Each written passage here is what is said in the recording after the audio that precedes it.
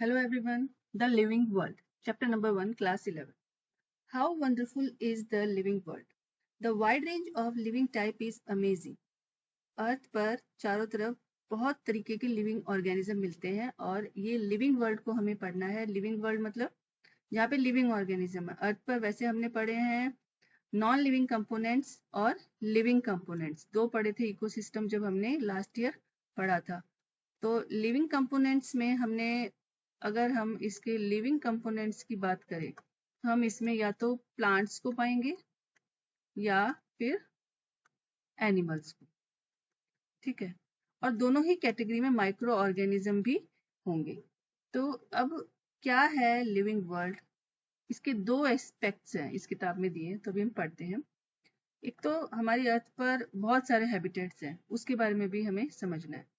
The extraordinary habitats in which we find living organism, be it cold mountains, चाहे वह cold mountains हो, deciduous forest हो, oceans हो, fresh water lakes हो, deserts हो और hot springs हो, ये इन सब की जो existence है वो हमें speechless कर देती है, that leave us speechless. The beauty of galloping horses, of the migrating birds, the valley of flowers, or the attacking shark evokes awe and a deep sense of wonder. हमारे चारों तरफ जितने भी ऑर्गेनिजम्स हैं, चाहे तो वो हॉर्सेज हों, माइग्रेटिंग बर्ड्स हो, इधर उधर उड़ते हुए बर्ड्स हों, फूलों की घाटियां हों, या फिर शार्क या सी लाइफ हो, कोई भी लाइफ हो, उसके जो लाइफस्टाइल देखकर, उनका जो सेंस देखकर कि किस प्रकार वो अपने आप को इस अर्थ पर जीवित रखने के लिए सेंस रखते हैं, ये हमें सचमुच में ही आश्चर्यचकित कर देता है। वंडर का मतलब वंडर कर, आश्चर्यचकित कर देना।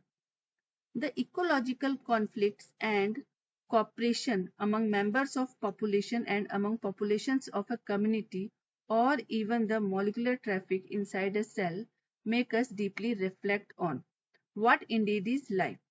ये सारा जो इकोलॉजिकल कॉन्फ्लिक्ट, मतलब मैंने जो ऊपर बताया ना इकोसिस्टम, इकोसिस्टम क्या है? अर्थ एक इकोसिस्टम है, ओशियन एक इकोसिस्टम है, जहां पर living and non living components के बीच में इंटर रिलेशनशिप होती है, वहां उसको इकोसिस्टम कहते हैं। तो ये जो इकोलॉजिकल कॉन्फ्लिक्ट है और कॉपरेशन मतलब कॉपरेट करते हैं सारे मेंबर्स ऑर्गेनिजम्स, चाहे वो प्लांट हो या एनिमल्स हो, ये एक रिफ्लेक्ट है और इससे हम समझते हैं कि लाइफ क्या है, जो व्हाट इज लाइफ, ये लाइफ क्या है। तो इसके लिए दो आंसर मिल सकते हैं हमें। This question has two implied questions within it. The first is a technical one and seeks answer to what living is, as opposed to the non-living, and the second is a philosophical one. यहाँ पे दो aspects हो सकते हैं, एक तो scientific thought वाला answer, जिसमें कि लाइफ कैसे आती है, किस प्रोसेस से आती है, कैसे अपने आप को सर्वाइव करती है, साइंटिफिक वे में उसे हम पढ़ेंगे। एक फिलोसॉफिकल थॉट के द्वारा हम क्या कह सकते हैं, लाइफ क्यों है, हमारा मकसद क्या है। जो लोग लिटरेचर की बात करते हैं वो जीवन को क्या बताते हैं, जीवन एक सफर है या इस प्रकार के कुछ बताते हैं। बट अगर हम हमारे बायोलॉजिस्ट के पॉइंट ऑफ व्यू से पढ़ें तो लाइफ क्या है? लाइफ वो है जिसमें ग्रोथ होती है, डेवलपमेंट होते हैं और भी कई सारे प्रोसेस होते हैं, वो लाइफ है। तो चाहे वो प्लांट हो चाहे एनिमल हो, उन दोनों का जो लिविंग स्टेटस है वो हमारे लिए लाइफ है, ना कि पहाड़, वो भी तो ग्रो करता है, ओशियन है, डेजर्ट है, ये हमारे लिए कोई लाइफ नहीं है। None and seeks answer what the purpose of life, और लाइफ का पर्पस क्या है। फिलोसफिकल थॉट के अकॉर्डिंग लाइफ का पर्पस क्या है? अपनी जिंदगी जियो, खुशी से रहो, दूसरों की सेवा करो, हेल्प करो, वगैरह वगैरह। But as a scientist we shall not attempt answering the second question, और साइंटिस्ट के तौर पर हम ये जो सेकेंड क्वेश्चन है इसको आंसर करने का जरूरी नहीं समझते। हमारा जो पर्सपेक्टिव है व्हाट इज लाइफ के लिए, या व्हाट इज लिविंग, कौन लिविंग है, जो जिंदा, क्या है जो जिंदा है, क्या है जो जीवित है, उसका पर्सपेक्टिव अलग ही होगा। तो चलो आगे पढ़ते हैं। Diversity in the living world, यहाँ पे डाइवर्सिटी का मतलब विभिन्नता, बायोडाइवर्सिटी मतलब जैव विभिन्नता। एक बायोडाइवर्सिटी भी होती है जो हमारी अर्थ पर अलग अलग प्रकार के, विभिन्न प्रकार के पौधे और विभिन्न प्रकार के जीवों का, एनिमल्स का मिलना, हमें हमें क्या हम कहते हैं, उन्हें बायोडाइवर्सिटी कहते हैं। If you look around you, we'll see a large variety of living organisms. Yes, हम हमारे चारों तरफ बहुत सारे वैरायटी ऑफ एनिमल्स देखते हैं, ऑर्गेनिजम्स देखते हैं। लिविंग ऑर्गेनिज्म का मतलब है प्लांट एंड एनिमल्स दोनों। बी इट पॉटेड प्लांट, चाहे तो वो एक गमले में लगाया हुआ पौधा ही क्यों ना हो, चाहे वो इंसेक्ट हो, बर्ड हो, योर पेट्स और other animals and plants. There are also several organisms that you cannot see with your naked eyes. हाँ, बहुत सारे ऐसे ऑर्गेनिज्म भी है जिन्हें हम अपनी नेकेड आई से नहीं देख सकते। उन्हें हम क्या कहते हैं? माइक्रो ऑर्गेनिज्म कहते हैं। They are called micro organism, but they are all around you. वो हमारी तरफ जो नेकेड आई से नहीं देखने वाले यानी कि माइक्रो ऑर्गेनिज्म जो है वो हमारे चारों तरफ है, हवा में, अभी हम जहाँ बैठे हैं, सांस ले रहे हैं, वहां पे ये सब प्रेजेंट है। If you were to increase the area that you make observations in, the range and variety of organisms that you see would increase. अब अगर हम हमारे ऑब्जर्वेशन का एरिया यानी कि जो सर्वे हम अभी इस चैप्टर के शुरू से लेकर अब तक कर रहे हैं ना, छोटा सा सर्वे किया है कि भाई हमारे चारों तरफ प्लांट्स और एनिमल्स दोनों हैं, छोटे मोटे कीड़े हैं, बड़े एनिमल्स में हमारे पास ज्यादा सबसे बड़ा ऑर्गेनिज्म हमारे आसपास क्या है? कोई कैमल हो सकता है, कोई काव हो सकती है, छोटा से छोटा क्या हो सकता है? चींटी हो सकती है, या फिर माइक्रो ऑर्गेनिज्म हो सकता है, फंगस हो सकती है। तो इस ऑब्जर्वेशन का जो रेंज है ये, इसको अगर हम इस दायरे को बढ़ाएं तो दायरा जो बढ़ाने के बाद में जैसे जैसे दायरा बढ़ेगा हमारे जो नंबर्स हैं और वैरायटी है वो और ज्यादा बढ़ेगी। जैसे कि हम अगर हमारी गली मोहल्ले या सिटी के अलावा अगर हम स्टेट की बात करें तो हम पाएंगे कि स्टेट में अलग अलग टाइप की सॉइल्स हो सकती हैं। कहीं पे डेजर्ट है, कहीं पे माउंटेन है, कोई नदी भी है कहीं पे, और प्लांट्स भी कि हमारे आसपास जनरल प्लांट्स हैं। अगर हम कोई एरिया हमारे स्टेट का ऐसा भी है जहाँ पे कैक्टस वगैरह या डेजर्ट है, या फिर हमारा कोई स्टेट का एरिया ऐसा हो सकता है कि हमारा स्टेट के आसपास ओशियन है। तो ये चीजें हमारा और अगर हम कंट्री लेवल पे देखें तो, या फिर हम हमारे कॉन्टिनेंट को देखें, या फिर हम पूरी अर्थ को देखें, अर्थ में भी हम सोलर सिस्टम को, तो हमारा एरिया जो है अगर हम बढ़ाते हैं तो हमारा वैरायटी चेंज होती जाएगी। क्योंकि वर्ल्ड लेवल पे बहुत बड़े बड़े फॉरेस्ट हैं, जिसमें अमेजोन के फॉरेस्ट हैं, थार डेजर्ट है और सहारा डेजर्ट, बहुत सारे वोल्केनो हैं, बहुत सारे टाइप ऑफ हैबिटेट्स हैं। तो एरिया ये बढ़ता जाएगा। Obviously, if you were to visit a dense forest, you would probably see a much greater number. Obviously, अगर हम किसी घने जंगल में जाएंगे तो हमें बहुत अलग अलग तरह के लिविंग ऑर्गेनिज्म मिलेंगे, प्लांट और एनिमल्स की बहुत सारी वैरायटी मिलेगी। Each different kind of plant, animal or organism that you see represent a species. The number of species that are known and described range between 1. ये जो है आप यहाँ पे इसको स्क्वायर में कर लो, 1. इतनी लगभग इतनी स्पीशीज जो हैं वो डिस्कवर्ड कर चुके हैं। और ये स्पीशीज किसी एक एनिमल की नहीं है, सभी प्लांट्स, सभी एनिमल्स की स्पीशीज होती है। स्पीशीज का मतलब क्या होता है? स्पीशीज का मतलब होता है प्रजाति। ठीक है, जैसे ये घोड़े की कौन सी नस्ल है, कौन सी नस्ल का घोड़ा जो है लेके मुझे घोड़ा लाना है, कौन सी नस्ल का घोड़ा मैं लेके आऊं जो बहुत तेज दौड़ेगा, जो रेस के लिए चाहिए मुझे या राइडिंग के लिए, कौन सी गाय लाएं जो ज्यादा मिल्क दे, कौन सी गाय लाएं जिसमें ज्यादा, कौन सी प्रजाति की गाय खरीदें जिसमें बीमारियां ना हो और ये ज्यादा लंबे टाइम तक वो हमको मिल्क दे, हम ज्यादा दिनों तक उनका दूध ले सके। ठीक है, तो ये वो होती है स्पीशीज।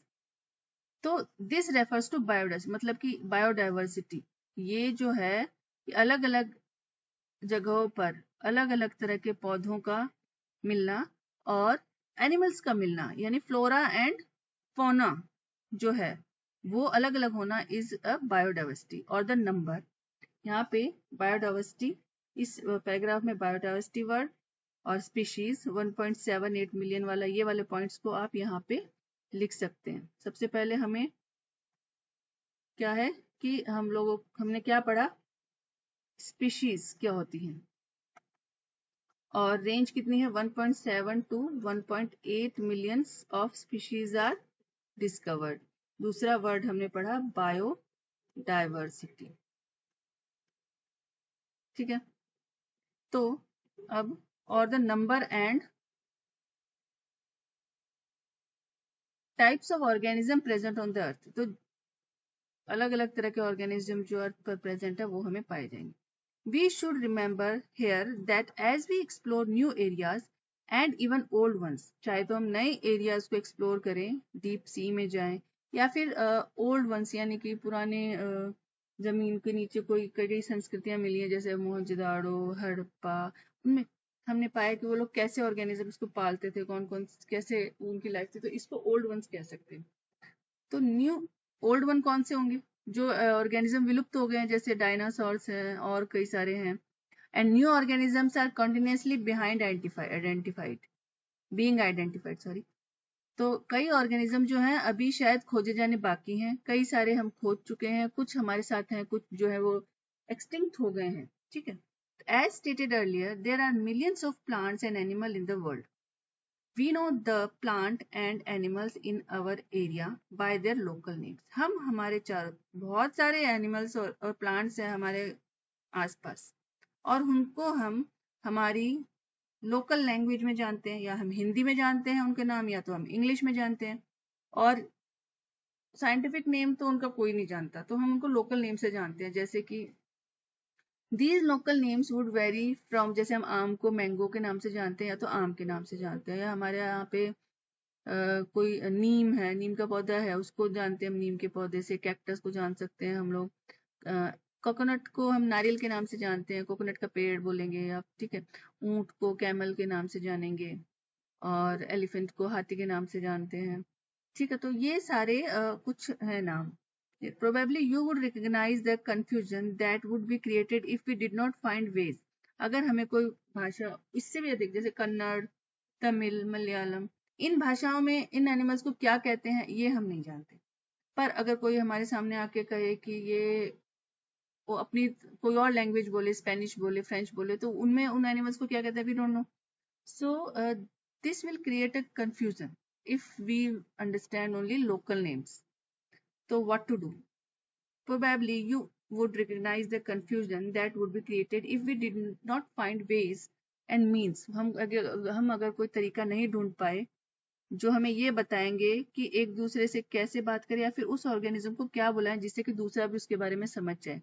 हम लोग किसी और कंट्री में जाके कैमल को देखकर ऊंट बोलेंगे, देखकर बोलेंगे ये कि ये ऊंट है, तो वो समझेंगे कि ऊंट है। बट अगर हम उसे बिना देखे हम ऊंट के बारे में बात करने लग जाए, ऊंट वर्ड यूज करके, या हाथी वर्ड यूज करके, या मैं आम वर्ड यूज करके, तो वो नहीं समझ पाएंगे कि हम किसके बारे में बात करें, तो एक कंफ्यूजन क्रिएट हो जाएगा। तो what we are talking about? We are talking about the naming of the things, naming of a plant and animals.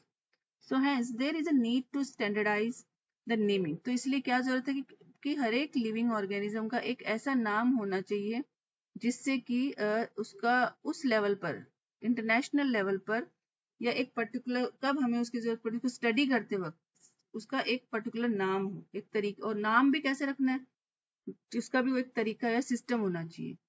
तो such that a particular organism is known by the same name, ऐसा कुछ system हो naming का जिसमें कि हर एक organism जो है वो कोई एक पर्टिकुलर ऑर्गेनिज्म का एक ही नाम हो, सेम हो सबके लिए, सभी के लिए, तो वर्ल्ड में। तो this process is called nomenclature.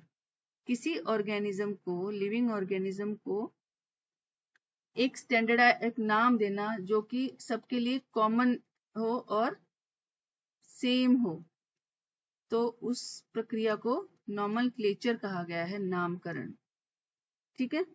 And obviously nomenclature और naming is the only possible. और ये कब पॉसिबल है कि हम किसी ऑर्गेनिज्म को नाम देंगे, किस बेसिस पे नाम दें, चलो पढ़ते हैं।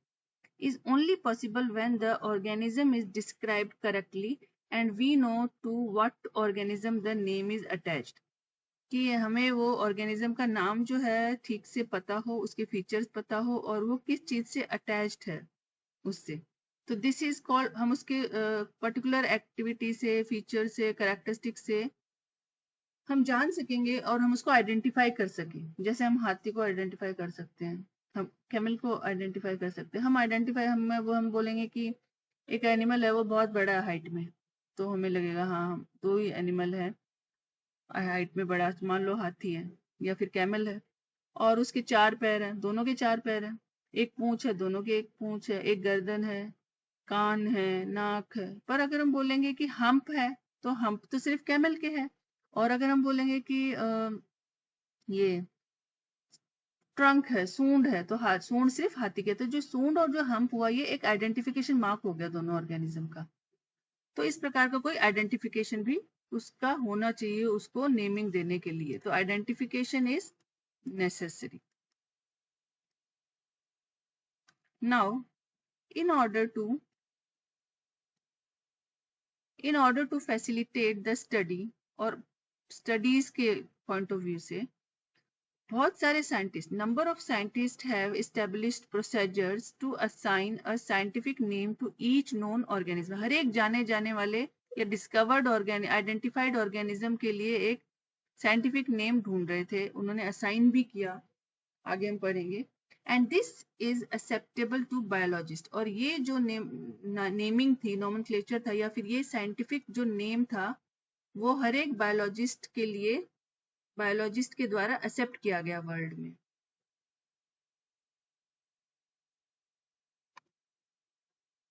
ठीक है। For plants scientific names are based on agreed principles and criteria. जैसे कि पौधों को नाम देना है किस बेसिस पे, कुछ प्रिंसिपल्स, कुछ सिद्धांत और कुछ क्राइटेरिया बनाए गए कि इस बेसिस पे हम प्लांट्स को करेंगे। जैसे कि एक्वेटिक है, प्लांट्स हो गए, टेरेस्ट्रियल प्लांट हो गए, उनकी हाइट कैसी है। पहले नॉर्मली हम छोटी क्लासेस में तो प्लांट्स को कैसे जानते हैं, हर्ब, श्रब्स एंड ट्रीज के according, creeper and climber, aquatic plant, terrestrial plant, desert plant. तो ये क्राइटेरिया होते हैं। पर इससे भी वर्ल्ड लेवल पे हम लोगों को बहुत सारे क्राइटेरिया ढूंढने पड़े साइंटिस्ट को, फिर उन्होंने नेमिंग करी। तो पढ़े, for plants scientific names are based on agreed principles. Agreed मतलब उन प्रिंसिपल्स और क्राइटेरिया के लिए सब एग्री हो गए कि हाँ इस बेसिस पे हम नेमिंग करेंगे। Then what happen, which are provided in international code of botanical name. International code of botanical name, ICBN। ये ICBN आपको याद रखना है। ठीक है। You may ask what is ICBN, लिख लो ICBN और एक और आगे जाके क्या आ गया, ICZN। तो सेम है, international code of botanical nomenclature, international code of zoological nomenclature. We know that botany is related to plants, that is flora, and zoology is for animals, that is fauna and flora. ठीक है। You may आगे, you may ask how are animals name। अब हम पूछ सकते हैं कि animals name कैसे दिए जाएंगे। तो एनिमल टेक्सोनॉमिस्ट, टेक्सोनॉमिस्ट क्या होते हैं ये भी मैं बताती हूँ। हैव इवॉल्व इंटरनेशनल, फिर एनिमल को स्टडी करने वाले जो साइंटिस्ट थे टेक्सोनॉमिस्ट थे जी। टेक्सोनॉमिस्ट वो होते हैं जिन्होंने नाम दिया उसको, टेक्सा मतलब नेमिंग, ग्रुपिंग, कैटेगरीज, तो कैटेगराइज करने वाले को टेक्सोनॉमिस्ट बोलेंगे। तो the scientific names ensure that each organism has only one name. Scientist ने क्या इंश्योर किया कि हर एक ऑर्गेनिज्म का एक ही नेम होना चाहिए, जो कि उस नाम से हम उसका बहुत सारे कैरेक्टरिस्टिक को भी समझ जाएं, ऐसा कुछ हो। तो description of any organism should enable the people in any part of the world to arrive at the same name. एक ही नाम से सारे काम हो जाने चाहिए। They also ensure that such name has not been used for any other known organism, और वो नाम जो है किसी और ऑर्गेनिज्म के लिए इस्तेमाल नहीं किया गया हो। Biologists follow universally accepted principles to provide scientific names to known organisms.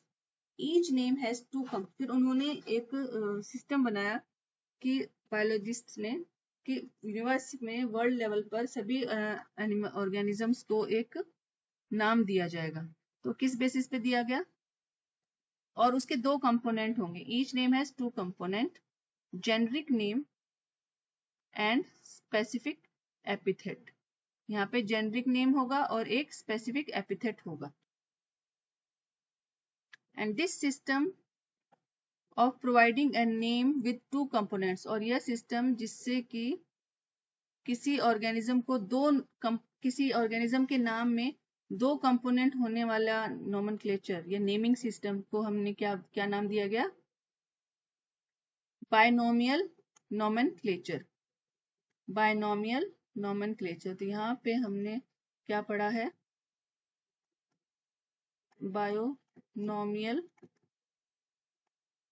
Nomenclature पढ़ा, और उसमें क्या है, 2 कंपोनेंट्स है। First is generic name and second is specific epithet. Specific epithet 2 होंगे, जैसे कि मैंगीफेरा इंडिका। यहाँ पर एक नाम देखते हैं हम, मैंगीफेरा सॉरी मैंगीफेरा इंडिका। यहाँ पे हम 2 नाम देख रहे हैं, एक तो मैंगीफेरा, वैसे किसका नाम है, ये है मैंगो का नाम है। मैंगो का साइंटिफिक नेम क्या है, मैंगीफेरा इंडिका। हम मैंगो को क्या बोलते हैं, आम, गुजराती में कैरी बोलते हैं, इसको मामीदी भी बोलते हैं, ठीक है। तो मैंगीफेरा इंडिका जो है, यहाँ पे एक दिया हुआ है नाम, आप देखेंगे,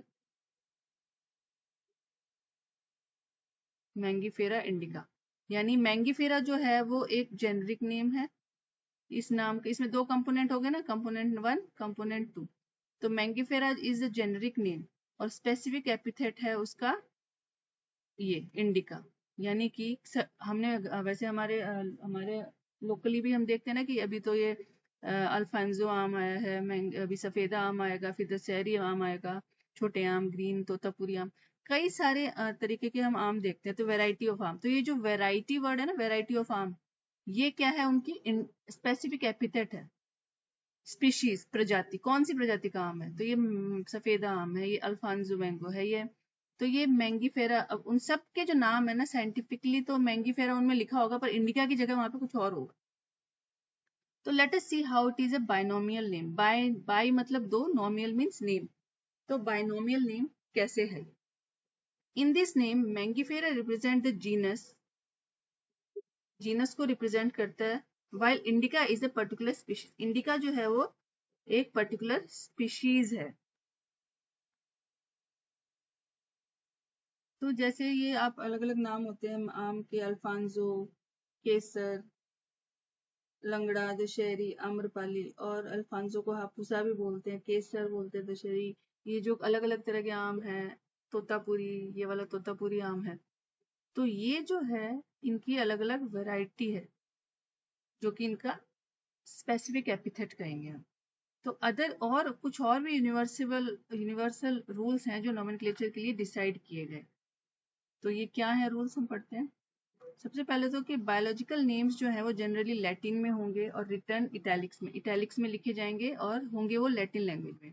वो दे आर लैटिनाइज्ड और derived from Latin irrespective of their origin. चाहे वो कहीं से भी, किसी भी कंट्री के या किसी भी लैंग्वेज में ओरिजिनेट होते हैं, कहीं पे भी अवेलेबल हो, और उनका नाम जो है वो लैटिन में ही होगा, लैटिनाइज होंगे, और उनको इटैलिक्स में लिखा जाएगा। And the first word in a biological name represent the genus. तो जो भी किसी भी ऑर्गेनिज्म का पहला, हमने पढ़ा ना 2 कंपोनेंट होंगे बाइनोमियल नोमेनक्लेचर में, तो फर्स्ट वर्ड जो होगा वो जीनस को रिप्रेजेंट करेगा, ये कौन सी जीनस से को रिप्रेजेंट कर रहा है, कौन सी जीनस में पाया जाता है ये ऑर्गेनिज्म। और जो सेकंड कंपोनेंट होगा वो उसकी स्पेसिफिक एपिथेट यानी स्पीसीज को बताएगा। और both the words in a biological name when hand written, और दोनों ही नाम एक साथ अगर हमें हाथों से लिखना होगा तो उनको अलग अलग अंडरलाइन करना होगा, और प्रिंट में लिखेंगे तो उन्हें इटैलिक्स यानी कर्सिव ऐसे ऐसे इटैलिक्स में लिखे जाएंगे, और लैटिन ओरिजिन के अकॉर्डिंग। और the first word denoting the genus start with, पहला वर्ड जो लिखेंगे वो क्या होगा, कैपिटल से स्टार्ट होगा, जैसे मैंगीफेरा में, और दूसरा जो होगा इंडिका वो स्मॉल लेटर से स्टार्ट होगा, ठीक है। यहाँ पे आप देख सकते हैं मैंगीफेरा इंडिका, और ये सारे इटैलिक्स में लिखे गए हैं ना, प्रिंटेड वे में है, तो कर्सिव दिख रहे हैं थोड़े से। तो name of the author appears after the specific epithet. और कभी कभी ऐसा हो सकता है कि जो स्पेसिफिक एपिथेट है इस वो उसके बाद हम उसके ऑथर का, जिसने उसको डिस्कवर किया या जिसने नाम दिया है, उसके नाम को भी हम लगा सकते हैं, जो कि ये रहा लिन, जैसे इसमें लगाया है लिन। लिन किसको रिप्रेजेंट करता है, लीनियस, जो कि फादर ऑफ टेक्सोनॉमी है कार्लस लिनियस, जिन्होंने नोमेनक्लेचर दिया।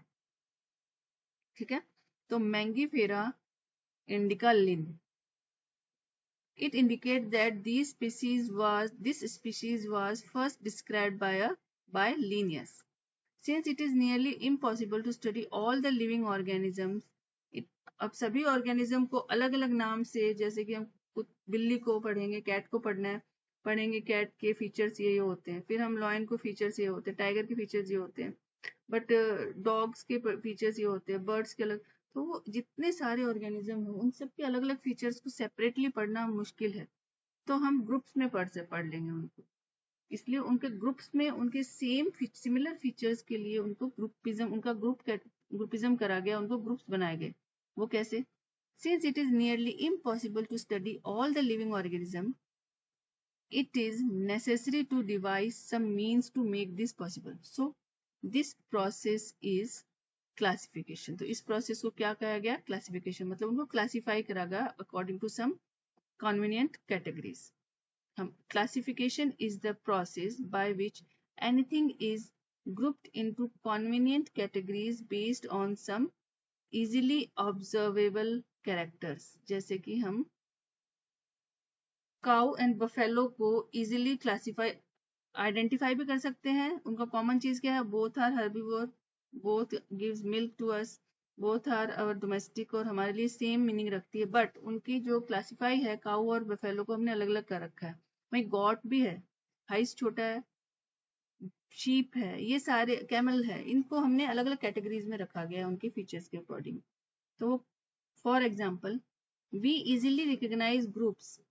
सबसे पहले तो ऑर्गेनिज्म को हमने दो कैटेगरी में बांटा। लिविंग ऑर्गेनिज्म को कैसे क्लासिफाई किया? सबसे पहले हमने दो कैटेगरीज, हमारी कन्वीनियंट कैटेगरीज क्या थी ऑर्गेनिज्म की? दो कन्वीनियंट कैटेगरीज थी, plants and animals.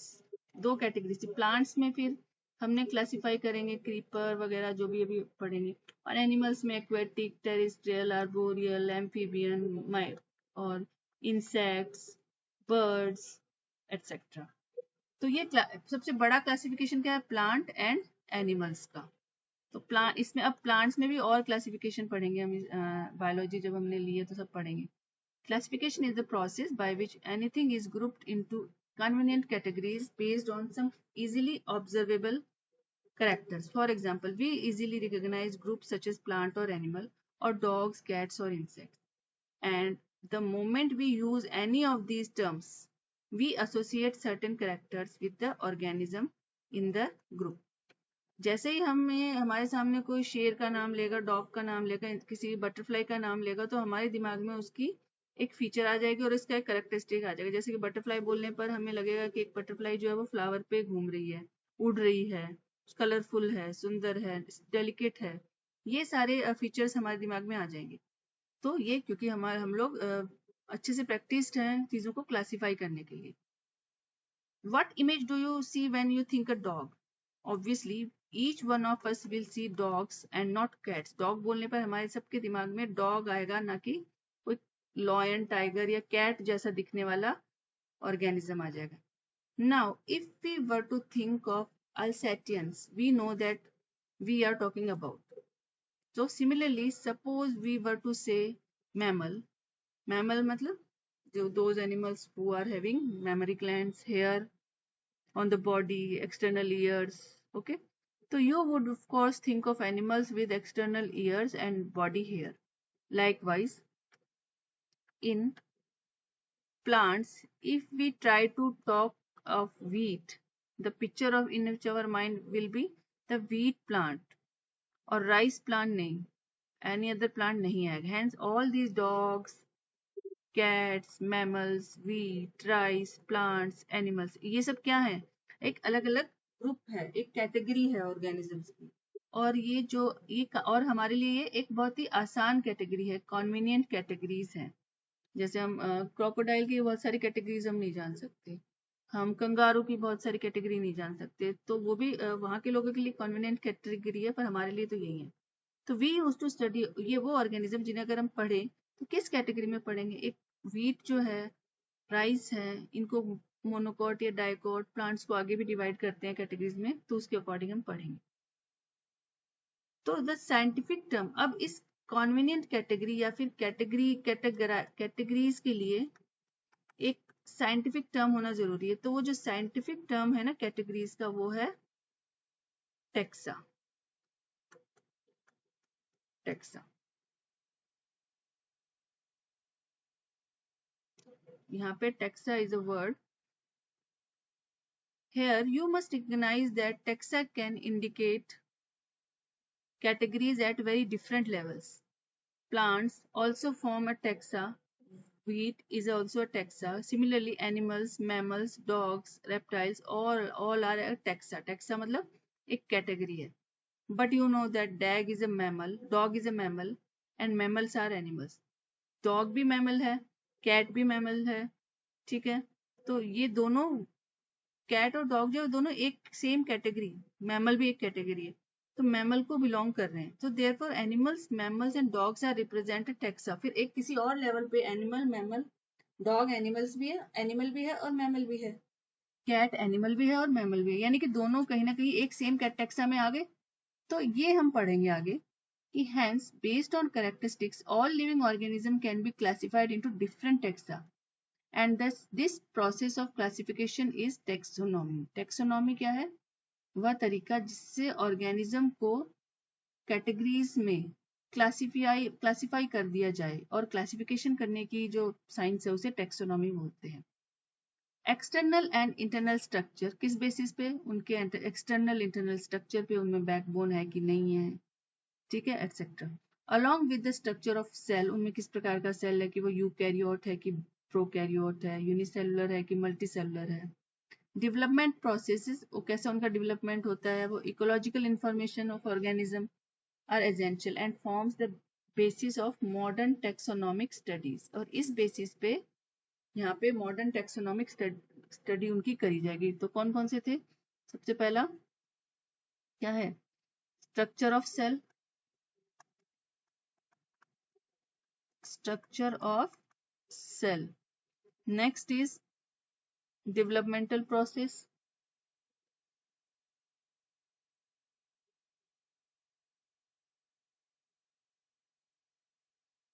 then ecological information, कि वो environment कैसे environment में रहता है।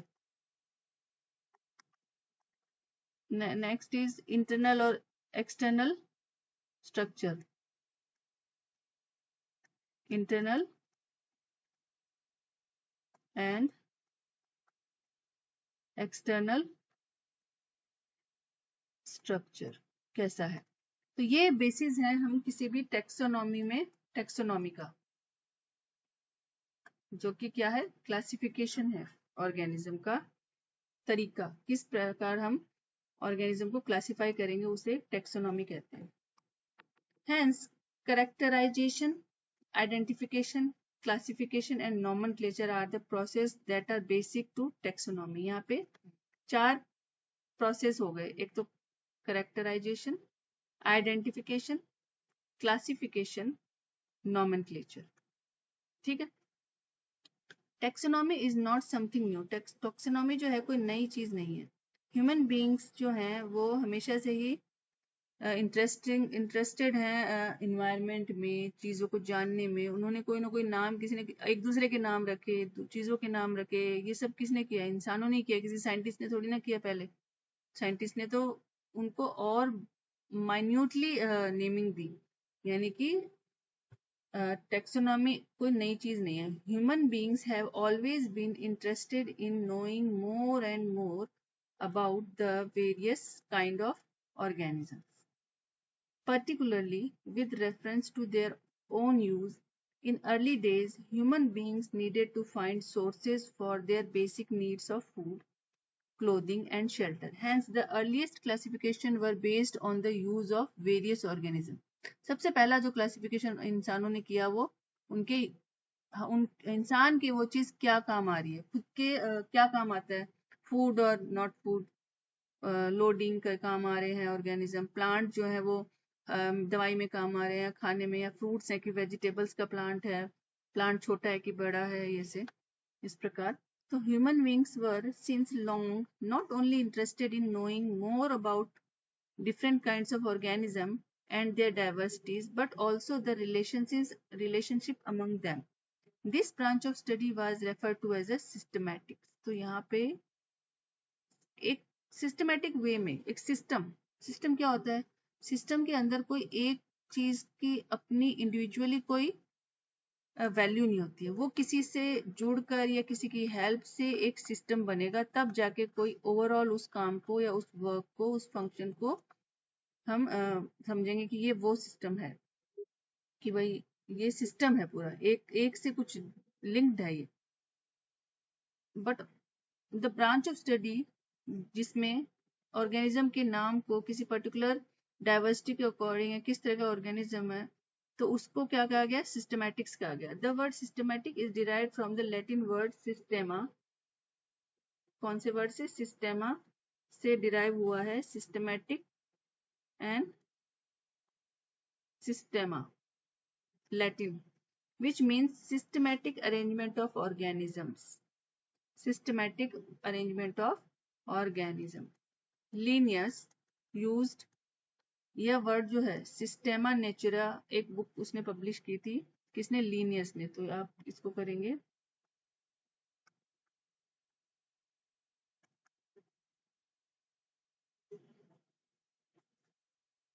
लीनियस ने इस बुक को पब्लिश किया. उसके इसका टाइटल बनाया. And the scope of systematic was later enlarged to include identification, nomenclature and classification. Systematics takes into account evolutionary relationship between organism.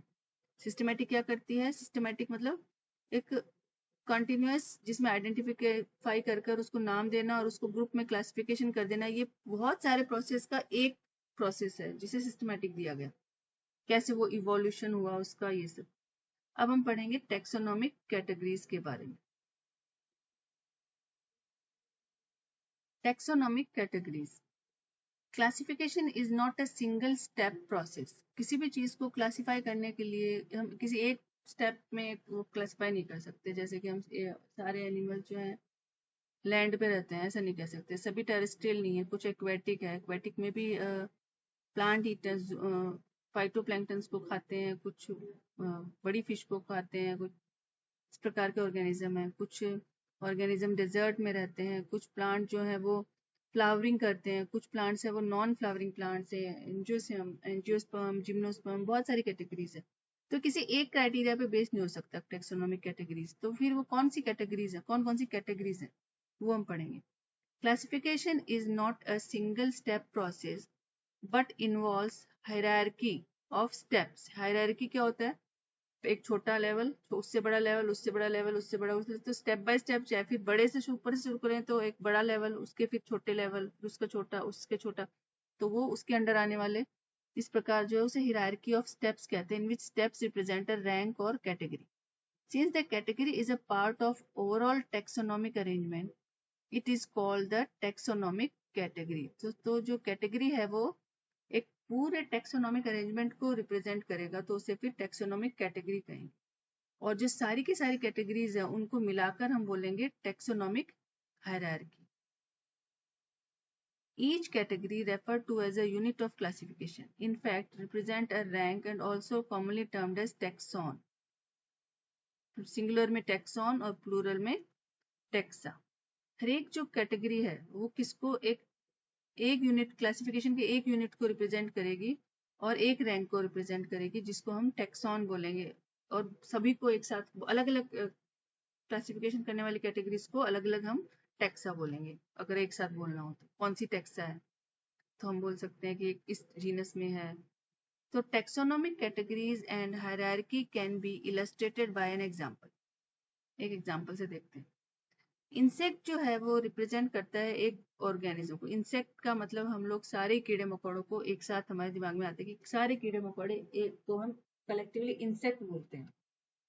तो group of organism sharing common features. उनमें common features हो सकते हैं कि वो सबसे पहले तो बहुत छोटे होते हैं, उनके जॉइंटेड लेग्स होते हैं. जॉइंटेड लेग्स का मतलब जैसे कॉकरोच के पैर ऐसे होते हैं.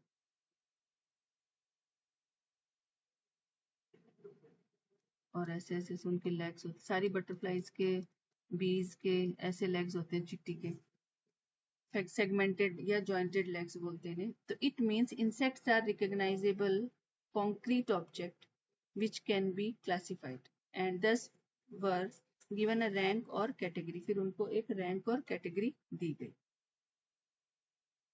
It means insects are recognizable concrete objects which can be classified and thus were given a rank or category.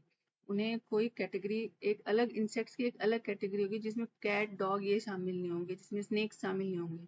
So can you name other such groups of organism, क्या और दूसरे ग्रुप कौन से हैं? हम कह सकते हैं लिजार्ड्स जैसे कि क्रोकोडाइल, घड़ियाल, मॉनिटर लिजार्ड, ड्रैगन्स, सैलमेंडर, ये सारे जो हैं इस रेप्टाइल्स की कैटेगरी में आएंगे, हम पढ़ेंगे इनको। ईच रैंक और taxon in fact represent a unit of classification. These taxonomic groups categories are distinct biological entities and not merely morphological aggregates. ऊपरी फीचर्स से वो हम इकट्ठा देखकर हम फीचर्स, बाहरी फीचर्स के अकॉर्डिंग हम उन्हें कैटेगराइज नहीं कर सकते, इनकी और भी अलग बायोलॉजिकल एंटिटीज हो सकती है।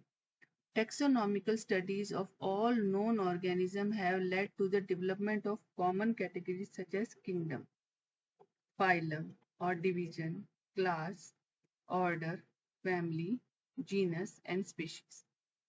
तो जो टेक्सोनॉमिकल स्टडीज के लिए कुछ जो कैटेगरीज हैं वो क्या है? सबसे पहली जो है वो है किंगडम्स, जैसे प्लांट किंगडम या फिर एनिमल किंगडम। किंगडम के आगे जो दूसरी छोटी कैटेगरी उससे होगी वो होगी फाइलम, जो कि एनिमल्स के लिए है। और अगर हम प्लांट्स की बात करें तो डिवीजन बोलेंगे, कौन से डिवीजन से है। और फिर उसके बाद दोनों के लिए सेम है, जो कि क्या होंगी? क्लास, उसके बाद ऑर्डर, फैमिली, उसके बाद जीनस एंड देन स्पीशीज। हमने मैंगीफेरा इंडिका पढ़ा था अभी। तो मैंगीफेरा जो था वो जीनस था और इंडिका जो था वो उसकी स्पीशीज थी। और वो कौन सी फैमिली से बिलोंग करते हैं, और उसमें खाली मैंगो ही नहीं बिलोंग करेगा, और भी कई प्लांट्स आएंगे एंड फ्रूट्स आएंगे जो इस फैमिली में बिलोंग करेंगे। तो all organisms including those in the plant and animal king. और ये देखेंगे कि हम यहाँ पे याद रखेंगे फाइलम जो है वो एनिमल्स के लिए है और डिवीजन जो है वो प्लांट्स के लिए। अगर हमें किसी प्लांट का क्लासिफिकेशन चेक करना है तो हम kingdom, division, class, order, fine ऐसे करेंगे। और एनिमल का करना है तो kingdom, phylum, class, order, family, genus, species के अकॉर्डिंग करेंगे। Now the question you may ask is how to place an organism in various categories. अब इन ऑर्गेनिज्म को अलग अलग कैटेगरीज में कैसे रखा जाए, तो द बेसिक रिक्वायरमेंट क्या है उनके कैरेक्टरिस्टिक की, इंडिविजुअल की या ग्रुप ऑफ ऑर्गेनिज्म। वो एक ऑर्गेनिज्म है, इंडिविजुअल है, उसकी क्या रिक्वायरमेंट है। This help in identifying similarities. तो इससे हम कई सारे ऑर्गेनिज्म की कुछ सिमिलरिटीज होंगी और कुछ डिससिमिलरिटीज होंगी, तो उनको सिमिलरिटीज के बेसिस पे भी क्लासिफाई करेंगे और डिससिमिलरिटी के बेसिस पे भी क्लासिफाई करेंगे, और फिर उनको एक क्लास, ऑर्डर, फैमिली, जीनस के अकॉर्डिंग क्लासिफाई करेंगे। सबसे पहले हम जानेंगे स्पीशीज। स्पीशीज क्या है? सबसे लोवेस्ट कैटेगरी है ये। द टेक्सोनॉमिक, जिसमें हमने पढ़ा ना indica, Mangifera indica, Formica indica क्या होती है? चींटी होती है, चींटी का फॉर्मिका जीनस और इंडिका स्पीशीज। होमो सेपियंस, जैसे हम इंसानों का, ह्यूमन बींग्स का साइंटिफिक नेम क्या है? Homo sapiens. ठीक है, ये दोनों क्या है? Homo is a genus, sapiens is a species. तो हम यहाँ पे स्पीशीज की बात कर रहे हैं। The taxonomic studies consider a group of individuals organisms with fundamental similarities as a species. One should be able to distinguish one species from the other closely related species based on the distinct morphological differences. Let us consider Mangifera indica, Solanum tuberosum, जो कि potato का scientific name है, और Panthera leo, जो कि lion का scientific name है। तो यहाँ पे लियो, सोलेनम इंडिका, ट्यूबरोसम और लियो। इंडिका, ट्यूबरोसम और लियो जो है वो क्या है, स्पीशीज है। All the three names these, मैंने जो बता दिया, tuberosum and Leo, represent the specific epithets, while the first word Mangifera, Solanum and Panthera are genera and are represent another higher level of taxon और category। इसके higher level को species एक level है taxonomy का, taxon का, category का, और जो genus है उसका higher level है, इसको hierarchy बताया गया। तो उससे higher level taxon कौन है, family। ऐसे तो each genus may have one or more than one specific epithet। हर एक genus में, एक जीनस में बहुत सारे स्पेसिफिक एपिथेट होंगे जो अलग, जैसे मैंगो की जितनी स्पीशीज आएंगी वो सब उसका स्पेसिफिक एपिथेट होगी, पर सबका जो जीनस है वो मैंगीफेरा ही होगा। जैसे पैंथेरा लियो है, तो पैंथेरा एक जीनस है। पैंथेरा क्या है, पैंथेरा एक जीनस है। लियो लॉयन के लिए है। पैंथेरा टाइग्रिस जो है वो टाइगर के लिए, ठीक है। और Panthera Panthera Panthera Panthera Panthera is for panther के लिए। Each genus may have one or more than one specific epithet representing different organisms, but having morphological similarity. For example, Panthera has another specific epithet called tigris, and जैसे Panthera tigris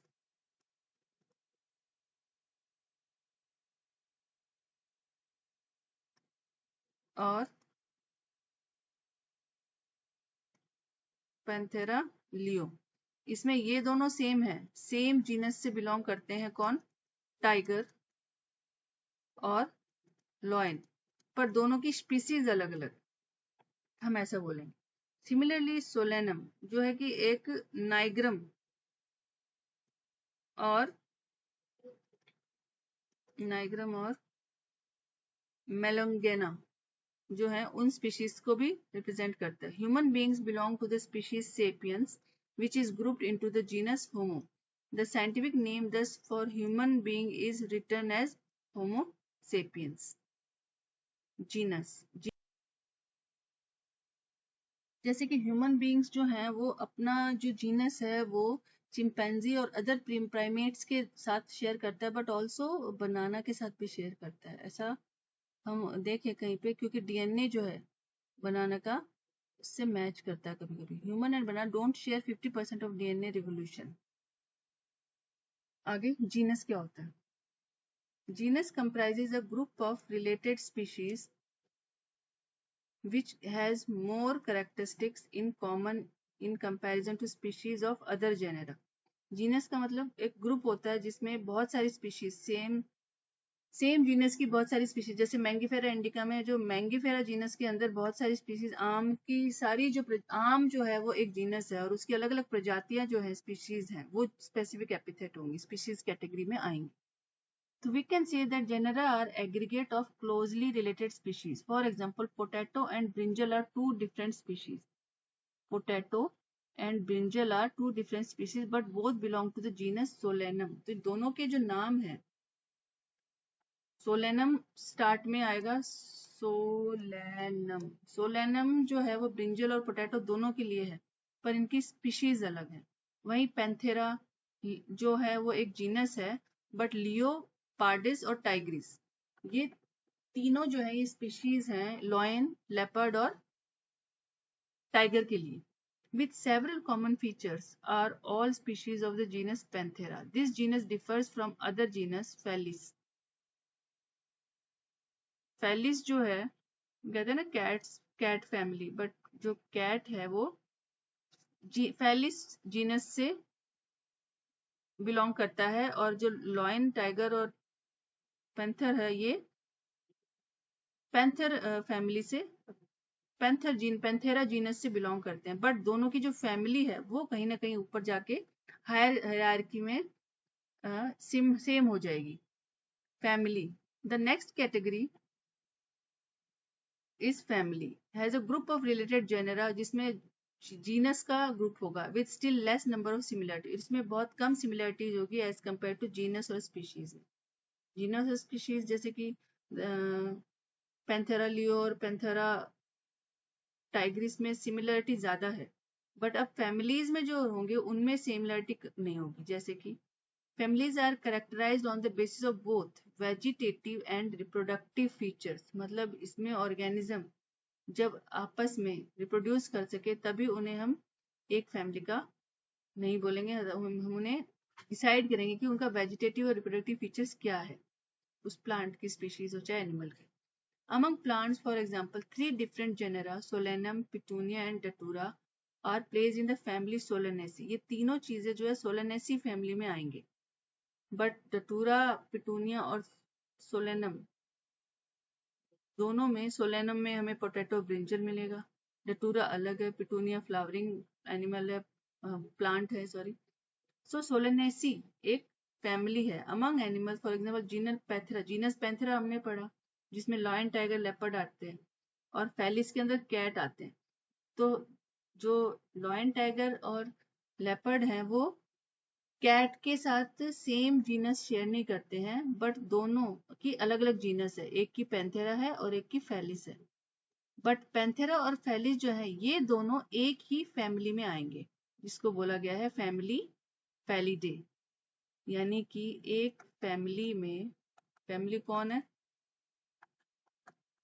Felidae है, और इसमें दो genus है, एक Panthera और दूसरा Felis. ये दोनों क्या है, जीनस, दो जीनस है और इनमें अलग अलग स्पीशीज है, इसमें अलग अलग स्पीशीज मिलेंगे। Similarly, if you observe the feature of a cat and a dog, you will find some similarities. तो डॉग और कैट के फीचर्स में हमें सिमिलरिटी मिलेगी। क्या सिमिलरिटी मिलेगी, हाथ, उनके पैर, पूंछ, विस्कर्स, दांतों का डिजाइन, दोनों ओमनिवोर्स है, दोनों को थोड़ा मेंटल समझदार भी। You will find some similarities and some differences. Difference क्या है, they are separated into 2 different families. तो दोनों ही जो है वो अलग अलग फैमिली के हैं, एक तो है कैनिडे फैमिली और फैलिडे जो हमने यहाँ पे पढ़ा। इसमें कैट आती है, पर दोनों की, डॉग और कैट की फैमिली अलग अलग है, पर उनका ऑर्डर सेम निकलेगा। You have seen earlier that categories like species, genus, families are based on the number of similar characters. Generally, order and other higher taxonomic categories are identified based on the aggregate of characters. तो बाकी higher categories में, taxonomic categories में बहुत सारे और अलग characters के according उन्हें हम रखेंगे। तो जैसे कैट और लॉयन में सिमिलरिटी थी, तो दोनों सेम फैमिली में है, पर दोनों सेम जीनस में नहीं है। तो ऑर्डर देखते हैं अब क्या है। Genus generally, order and the other higher taxonomic categories are identified based on the aggregate of the characters. Order being a higher category, ये एक हाई कैटेगरी है। तो इसमें क्या होता है कि फैमिलीज जो अलग अलग फैमिलीज आ सकती हैं, फ्यू फैमिलीज जो सेम कैरेक्टर्स की है वो आ जाएंगे। तो similar characters are less in number as compare to different genera included है family. Plant families like Convolvulaceae, Solanaceae are included in the order Polynomials, mainly based on the floral characters, and the animal order Carnivora includes families like Felidae and Canidae, यानी कि cat की और dog की जो family है वो Carnivora animal order में आएगी। तो जैसे कि हमने पढ़ा था order, order same, different family same order. और सिमिलरली कौन, फिर आगे जाके बहुत सारे एनिमल्स का क्लास सेम हो जाएगा। ये और हायर कैटेगरीज के फीचर देखो इसमें कम होता जा रहा है। That category includes related orders, for example order primata comprising monkey, gorilla, gibbon is placed in class Mammalia along with the order Carnivora. मतलब यहाँ पे मंकी, गोरिल्ला और ये सारे एनिमल्स भी, और इंक्लूडिंग कार्निवोरा जिसमें कैट और डॉग दोनों आते हैं, उनको सेम क्लास में फेलिडे और कैनिडी जो कि कार्निवोरा फैमिली में है, वो उनकी क्लास जो है वो सेम आ रही है, सेम क्लास में बिलोंग करते हैं, जिसमें कि मैमल्स भी हैं, Mammalia. Carnivore that include animal, tiger, cat, dog, सारे जो मैमल्स हैं वो इस कैटेगरी में आ जाएंगे, क्लास में आ जाएंगे। तो सभी की जिनका क्लास, जीनस, जिनका जीनस, फैमिली सब अलग अलग थे, बट कहीं पे ऊपर जाके हायरार्की में जाके उनका जो क्लास है सेम हो गया, because they all are mammals. फिर फाइलम हो गया उनका, क्योंकि classes comprising like fishes, amphibian, reptile, bird along with mammal, वो जो है वो सारी फाइलम में आ जाएंगी। उनका फाइलम क्या है, और फिर उसके बाद आ जाएगा किंगडम, कि वो प्लांट किंगडम है कि एनिमल किंगडम है। Species, genus, family, order, class, जैसे कि स्पीशीज में हमने पढ़ लिया लॉयन एंड टाइगर, और यहाँ पे उसके साथ कैट मिल गई, यहाँ पे दोनों सेम फैमिली में आ गए, यहाँ पे उनको डॉग भी मिल गया, डॉग भी सेम फैमिली में आ गया फिर क्लास में। तो आगे कहीं ना कहीं जाके सभी के सब एनिमल किंगडम में मिल जाएंगे। All animals belonging to various phylum, class, order, family, genus, species, किसी भी स्पीशीज का एनिमल, किसी भी जीनस का हो, कुछ भी हो, सारे जो एनिमल्स है वो सारे एक एनिमल किंगडम में आएंगे। तो किंगडम एनिमेलिया हम उसे बोलेंगे, kingdom animalia in the classification system of animal. And the kingdom Plantae on the other hand is distinct. और Plantae kingdom अलग है and comprises all plants from various divisions. Henceforth, we will refer to these two groups as animal and plant kingdom. The taxonomic categories from species of kingdom have been shown in ascending order, starting with species. इस figure में ascending order में species से शुरू होगी, क्योंकि arrow का direction आप देख लो। These are broad categories, and however, the taxonomists have also developed subcategories in this hierarchy to facilitate more sound and scientific placement of various taxa. Look at the hierarchy.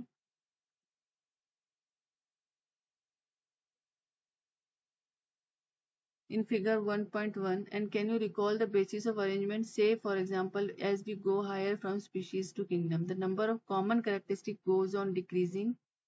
Common characteristic कम होते जाएंगे, but वो फिर भी same category में आएंगे। Lower the taxa, more are the characteristic that are member with in the taxon share.